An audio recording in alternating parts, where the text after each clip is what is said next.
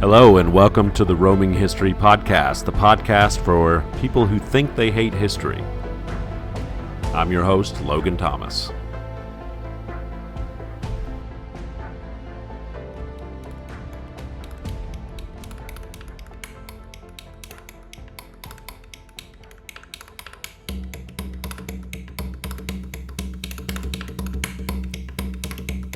George Washington knew the mission had changed when his Native American ally, known as the Half-King, used a hatchet to obliterate the French officer's skull, and brain matter flowed between the Indian leader's hands.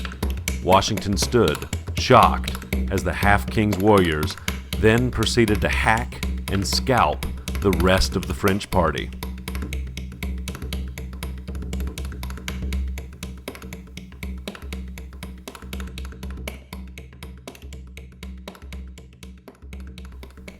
Hello and welcome to this new episode of the Roaming History Podcast. I'm your host, Logan Thomas. Today we're going to be talking about an often overlooked moment in George Washington's military career. That's right, the George Washington, the most famous American, especially in the early part of this country's history, was definitely George Washington. Now, a lot of people don't know that when he was a young man in his 20s, he kind of got handpicked to lead a very dangerous and ambitious mission to tell the French to leave territory around the Ohio River Valley. And the mission did not go well for George Washington. And that's what we're going to explore in this episode of Roaming History. And I hope you really do enjoy it. It is something that I think will shock you, especially when you consider George Washington's age, and also considering that he is essentially responsible for, at least partially responsible for, starting one of the first global conflicts known as the French and Indian War here in North America, and to the rest of the world is known as the 7 Years' War. So let's go back to where we left off with George Washington watching a massacre. What the 22-year-old ambitious Virginian could not have known at the time is how these actions would soon spark one of the world's first truly global conflicts. In the short term, however, Washington had far greater concerns of survival on his mind. The orders from the Virginia Royal Governor, Robert Dinwiddie, to oust the French from the Ohio River Valley had to wait. Washington knew the French and their Indian allies would be on their way to avenge the death of the 35-year-old French ensign, that the Half-King had just basically broken open his skull and took his brains out, which is something you don't learn in kindergarten history in the United States. And those Frenchmen would be coming for blood. But what Washington did not have the wisdom to see was that his expedition into the Virginia wilderness did not have the proper support to take on the French or their Native American allies.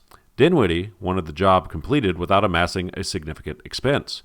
It was his desire to launch an inexpensive military campaign, and that combined with Washington's lack of experience, and that pretty much doomed this excursion from the start. An early map of colonial Virginia differed from the state seen on the maps of the United States in the 21st century. In the 18th century, Virginia landowners expected the colony would expand into the frontier. What became known as the Ohio Company received a 200,000-acre land grant the same day as another group, the Loyal Land Company, received an 800,000-acre land grant between Virginia and North Carolina west of the Blue Ridge Mountains in the Ohio River Valley. That's over about 1 million acres. It's hard to believe. Now, the land around the forks of the Ohio became a very attractive target for would-be British settlers and speculators.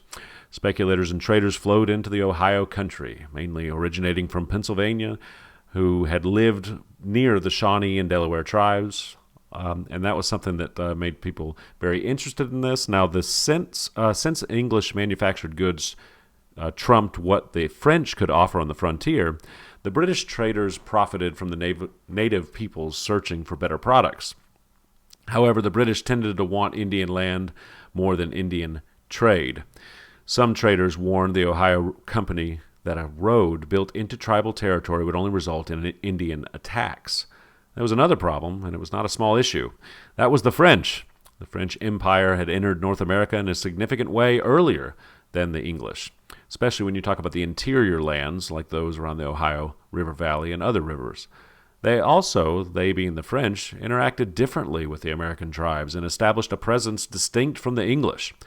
The French did not seek to develop massive population centers in their American lands. Instead, they created trading posts and tried to live, whenever possible, in peace with the tribes.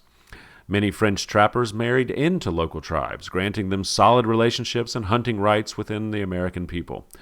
On the other hand, the English, later the British, sought to conquer the Americas with the establishment of large urban centers and had more hostile relationships generally with the tribes. With a lesser population watching the British fill the land along the eastern coast of North America, the French wanted to stop British growth. They had claimed the Ohio country by right of discovery decades before the British claimed the same region. By the mid-1700s, the French planned to create a string of forts leading roughly south along the Appalachian Mountains and down the Mississippi to New Orleans. The forts would halt British westward expansion and pin them against the sea, or at least that was the hope. Rumors whispered through Virginia of one such established military base at the Forks of the Ohio. By 1753, French forts were under construction. The last of the forts in the defense line would stand at the Forks of the Ohio and, quote, furnish the strategic key, end quote, to all of the Ohio country. It was scheduled for completion in 1754. These French plans took shape nearly simultaneously with a wealthy group of British businessmen who happened to be eyeing the area in western Virginia. Lawrence Washington, George Washington's half-brother, and his colleagues wanted to encourage settlers to protect the area from French incursions and sought to create a fort and trading post at the Forks of the Ohio. Later, known as the Ohio Company, the stockholders coped with the death of their leader in 1749. The stockholders responded by naming Robert Dinwiddie, lieutenant governor of the province, as the head of the Ohio Company. Dinwiddie believed the British should dominate North America and soon lobbied the government for Virginia's claims to the Ohio country. The government soon approved of Dinwiddie's request, but no one had consulted the tribes living in the area, and that was normally the practice with Europeans whenever they were talking about Native Americans. Nor did anyone consult the French, for that matter, who also claimed that the region was theirs. With the attention of two empires falling on the Ohio River Valley at the same time, the stage was set for a confrontation. The only remaining questions was when it would start and who would be involved. Tensions mounted in America and across the Atlantic as the British heard rumors of the French buildup along the frontier. 30 pieces of artillery arrived in Virginia to improve the defenses. Another lord sent instructions to Dinwiddie to, quote, repel any hostile attempt by force of arms. You should defend the utmost of your power. Now, this lord also told Dinwiddie, you need to protect all of His Majesty's possessions within your government against any invader. The lord then proceeded to provide more orders about the creation of British forts in the region, but cautioned not to be the aggressor. That's very interesting, considering what's about to happen. It appeared Dinwiddie would either forget or ignore that warning when he contemplated his next move. Dinwiddie and his business partners saw wealth whenever they studied the map of Western Virginia. You can almost picture them sitting in a room pointing at the map and saying, we want this, we want to make money. Moving into this area nearly assured them of a healthy flow of resources that they dreamed existed in the vast interior whenever they viewed the untapped potential of North America. But continued rumors of this heavy French presence in the area ruined their grand ambitions. Dinwiddie simply would not stand for it. Soon, he started dreaming of a plan to remove the French annoyance from the area. In the fall of 1753, however, Dinwiddie was in no position to act forcibly to remove the French from the Ohio country. He needed, quote, an emissary to the region who would essentially order the French to cease construction of their forts and leave the region, end quote. But who would carry out such a mission? Dinwiddie needed someone who could accomplish this goal and do so in a modest fashion. He needed someone who knew the area and would be willing to go. Now, in other words, he needed someone who knew the area and also didn't really understand how serious this mission was. And Dinwiddie soon found the eager Washington, a 22-year-old, was perfect for the job. Washington was no stranger to the Ohio region and Virginia politics. Despite his youth, he had already excelled in land surveying and living in the rough-and-tumble American frontier. Due to the deaths of his father and older half-brother, Washington had propelled onto the, quote, somewhat firmer social footing, end quote. His connections allowed him the opportunities to survey important land holdings and socialize with Virginia's finest. A striking figure of more than 6 feet, Washington seemed suited to a life as a commanding leader. He dreamed of earning a commission as an officer in the British Army. Military exploits would lead to greater glory and possibility, he must have imagined. A glorious victory clearing the way for the British people in North America would be a lovely feather in his cap. He leapt at the chance to prove his mettle to the British leadership and perhaps to the entire world. In late October, he likely galloped off to Williamsburg to offer his services to Dinwiddie. On the surface, he appeared to be an odd choice to lead an expedition designed to extract the French from the Ohio country. On the other hand, Dinwiddie had a willing volunteer for the job who knew the area and probably was too young to realize the danger inherent in such a mission. Besides, perhaps the French would acquiesce to the request. Dinwiddie expressed his confidence in Washington's ability in an October 30th, 1753 letter when he writes, I, reposing especial trust and confidence in the ability, conduct, and fidelity of you, the said George Washington, have appointed you my express messenger, and you are hereby authorized and empowered to proceed hence with all convenient and possible dispatch to that part or place on the river Ohio where the French have lately erected a fort or forts. End quote. Probably thrilled with this commission, Washington went to planning his expedition. But there is an adage that no plans survive first contact with the enemy. Washington would soon discover no amount of planning could predict the sweeping variables in the American wilderness. The planning for the expedition ordered by Dinwiddie began in 1753. Washington departed Williamsburg with the letter demanding the French leave the Ohio country that was signed by King George II. Along the way, he discovered the Ohio Indians did not seem eager to help the British efforts in the area, as he secured only a small escort to join them in their meeting with the French. Native Americans had inhabited the Ohio country for approximately 10,000 years before Washington arrived.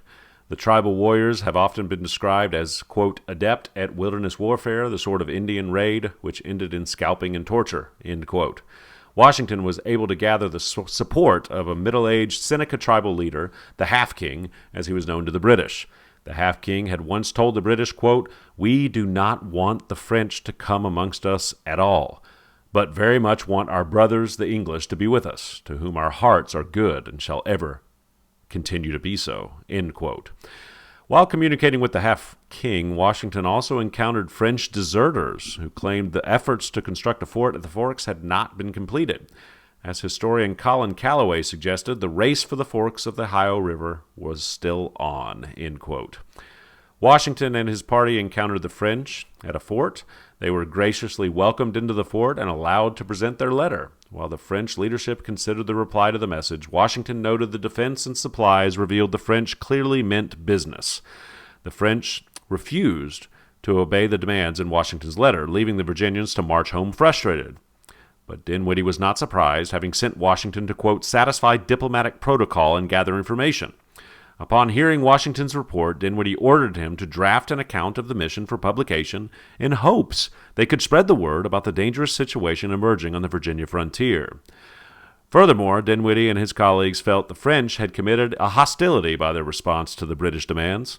Washington was promoted to lieutenant colonel, and he was probably really excited about that, and he was ordered to lead 200 men back to the forks of the Ohio to defend British interests.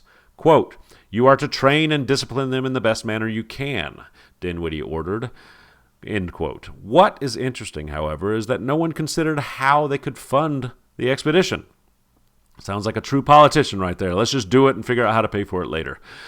Only after Washington prepared for his return to the frontier did the Virginia House of Burgesses convene to discuss paying for the operation. Making matters worse for the British, word soon arrived that the French completed construction on a formidable fort at the Forks, Fort Duquesne, an impressive engineering feat that became the most robust European base in North America's frontier. As historian Fred Anderson argues, one look at Fort Duquesne revealed, quote, the French had come to stay, end quote. Meanwhile, Washington struggled to raise the 200 men ordered by the government. The Virginians saw little merit in fighting a war to enrich the Ohio Company. By April, he had less than 160 ragged and poorly trained men to force the French out of the Ohio country. Per Dinwiddie's instructions, Washington tried to discipline these raw recruits. Washington started to complain of the poor pay and supplies for the expedition, adding to the promise for the soldiers a guarantee they would receive land grants around Fort Duquesne once it was taken. The generality of those men, Washington wrote Dinwiddie on March 7, 1754, who have enlisted for this expedition are much in want of and press greatly for clothing. They all desire so earnestly to be put in a uniform dress that they would gladly do it at their own expense to be deducted out of their pay. It was the greatest objection to enlisting. Now, Washington also added another protest at the low pay promised for the mission. 2 days later, Washington complained again of the amount of payment promised and the poor reaction of his men, claiming it had expanded into pretty general clamor. Dinwiddie wanted to hear nothing of the complaints, only results. He ordered Washington, "You are to restrain all such offenders, and in case of resistance, to make prisoners of or kill and destroy them." Wow. The governor had little experience in such matters, and the meager funds allocated to the mission soon evaporated. Dinwiddie showcased no understanding of what it meant to launch even a small campaign in the back country. With no military experience, Washington had no inkling of the cost or effort required to launch an expedition into the wilderness either. He set out, despite all of this, on April 2nd, 1754, with less than 200 green recruits. The dense forest and difficult terrain required a colossal effort clearing the way for wagons, allowing the men to daily advance 2 or 3 miles. Along the way, Washington continued to receive troubling intelligence that the French had reinforced with 800 men and that 600 French soldiers are building at the Falls of the Ohio. Now, once again, Washington found time to air these grievances of the men when he reminded Dinwiddie of the low pay in another letter. So it sounds like Washington's like, "Are you sure you want to do this? Are you sure you want to do this? Are you sure you want to do this?" And Dinwiddie keeps telling him, "Go on." While all this was going, the French sent a young ensign to gather, a young officer, I should say, to gather intelligence to confirm whether the British had actually invaded their territory. 4 days later, Washington discovered a party of French soldiers scouting his position. Did not take long for the inexperienced commander, probably worried about the dangers in front of him, to suspect a surprise attack. Meeting with the half-king, Washington decided to move toward the French party before the enemy could conduct an expected surprise attack. Numerous accounts detail the resulting violence. For his part, Washington explained the events of May 28, 1754, in a very lengthy letter that described the battle as a 15-minute event where they killed 10 French soldiers, including the officer. The letter proceeded to express Washington's fear of being attacked, but did not expand on the details of this skirmish. As if he reconsidered the first letter, Washington dispatched another letter attempting to convince Dinwiddie of his belief that the French party had been sent as spies. Washington apparently did not want Dinwiddie to know about the massacre aspect of the confrontation we discussed at the beginning of this episode, and he framed the incident as a battle. It's possible Washington portrayed the events to exaggerate his military credentials. Or perhaps he was just scared.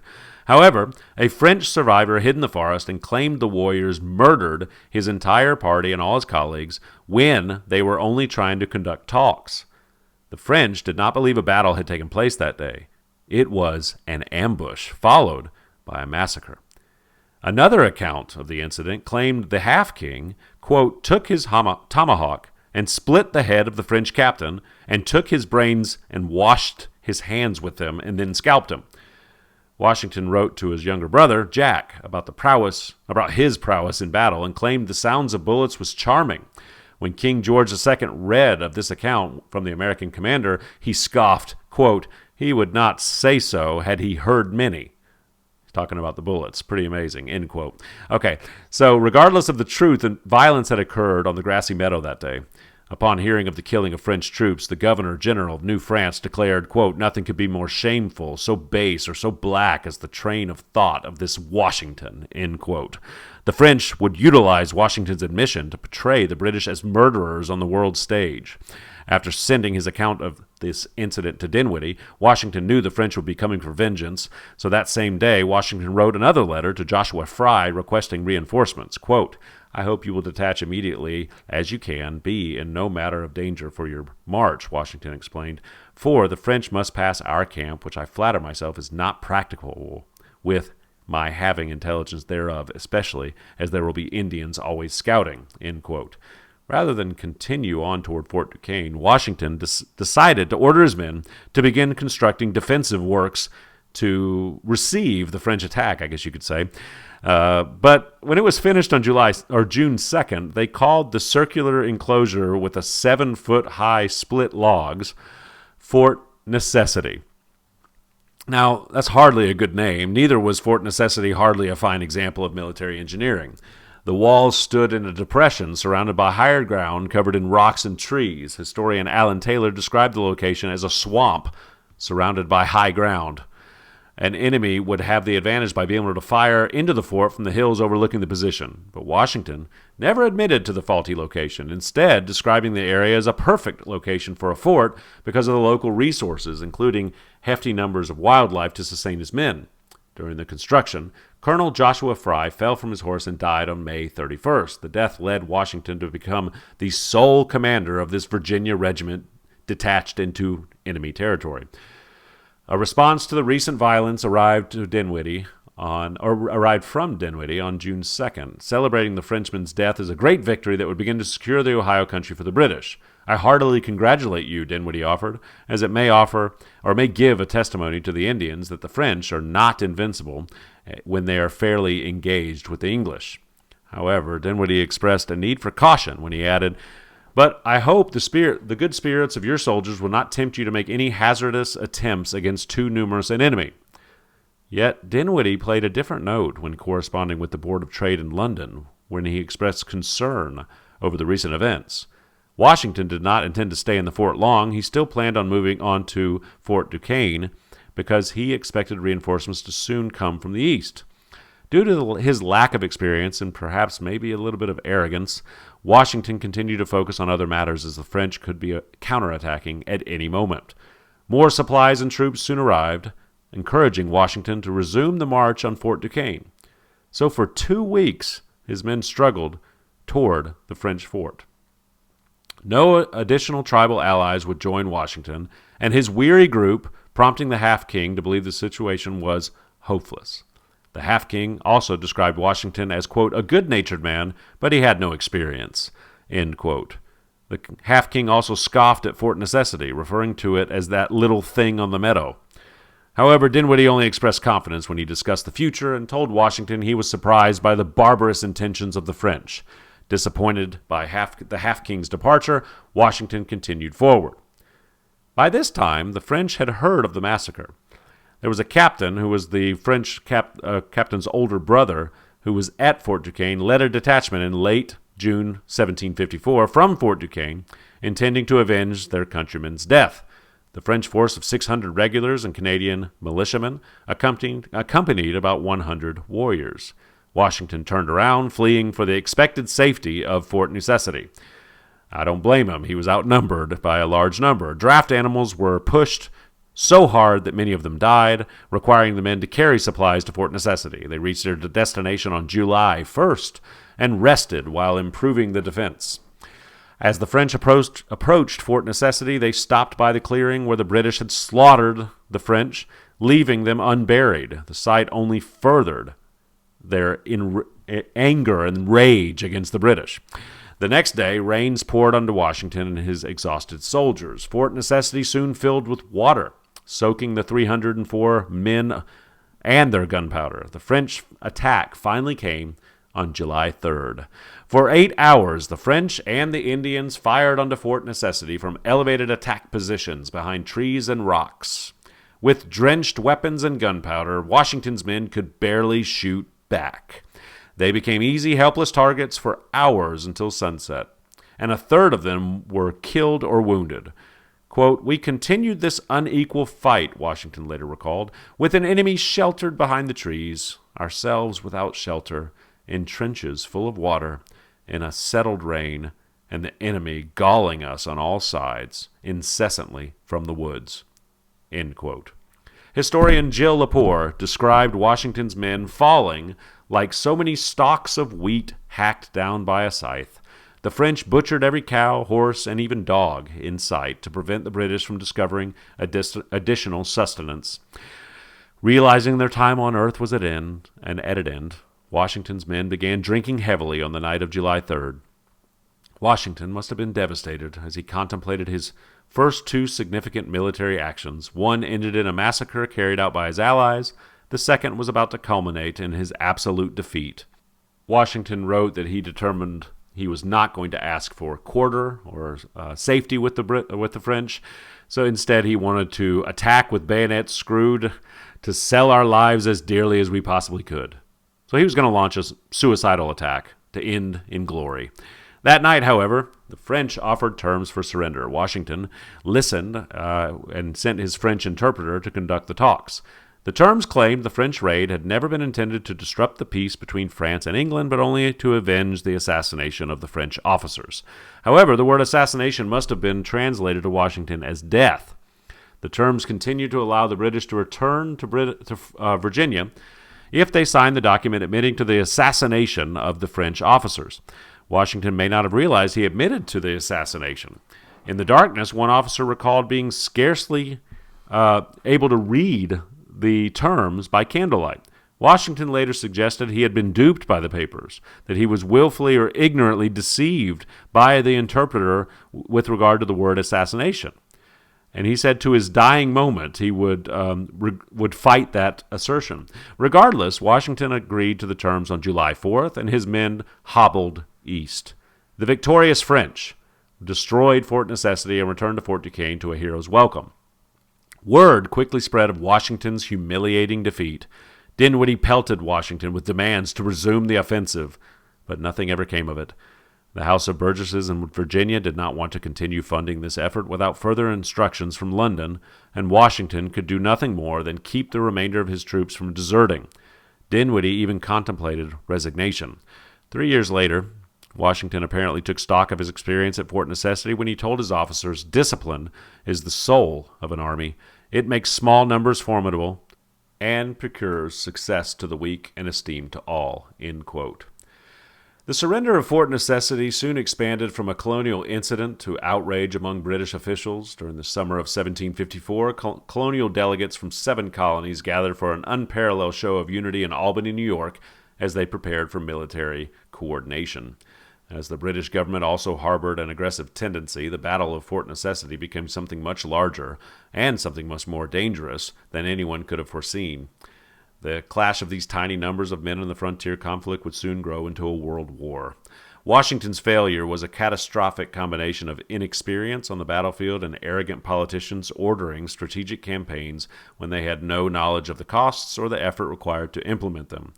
Historian Ron Chernow admits Washington committed numerous blunders in his Fort Necessity campaign. Quote, "Yet the major blame must lie with Governor Dinwiddie and his Virginia legislators, who had failed to fund the campaign properly and sent an inefficient force." End quote. Even worse than the surrender of Fort Necessity, it turned out to be the first shots fired in the global contest that would not be resolved completely until 1763. The year following Washington's defeat, the British government ordered an unprecedented number of troops and resources to North America. Vast resources would soon come from England to turn the tide. The lesson here should be that the use of violence should be pondered, contemplated, and heavily considered before resorting to its lethal effects. Violence always leads to more violence, and it can mushroom, as happened in the aftermath of Fort Necessity, into a war no one could have conceived at the outset. Thank you once again for joining us for this latest episode of Roaming History. I'm Logan Thomas, and I really hope you enjoyed learning a little bit about George Washington's early military career. Please drop me a line on any of the social media channels if you ever would like to talk more about history or you have suggestions for future episodes. Always love hearing from you. For now, have a wonderful day. Be sure to keep smiling, and I will see you next time. Take care.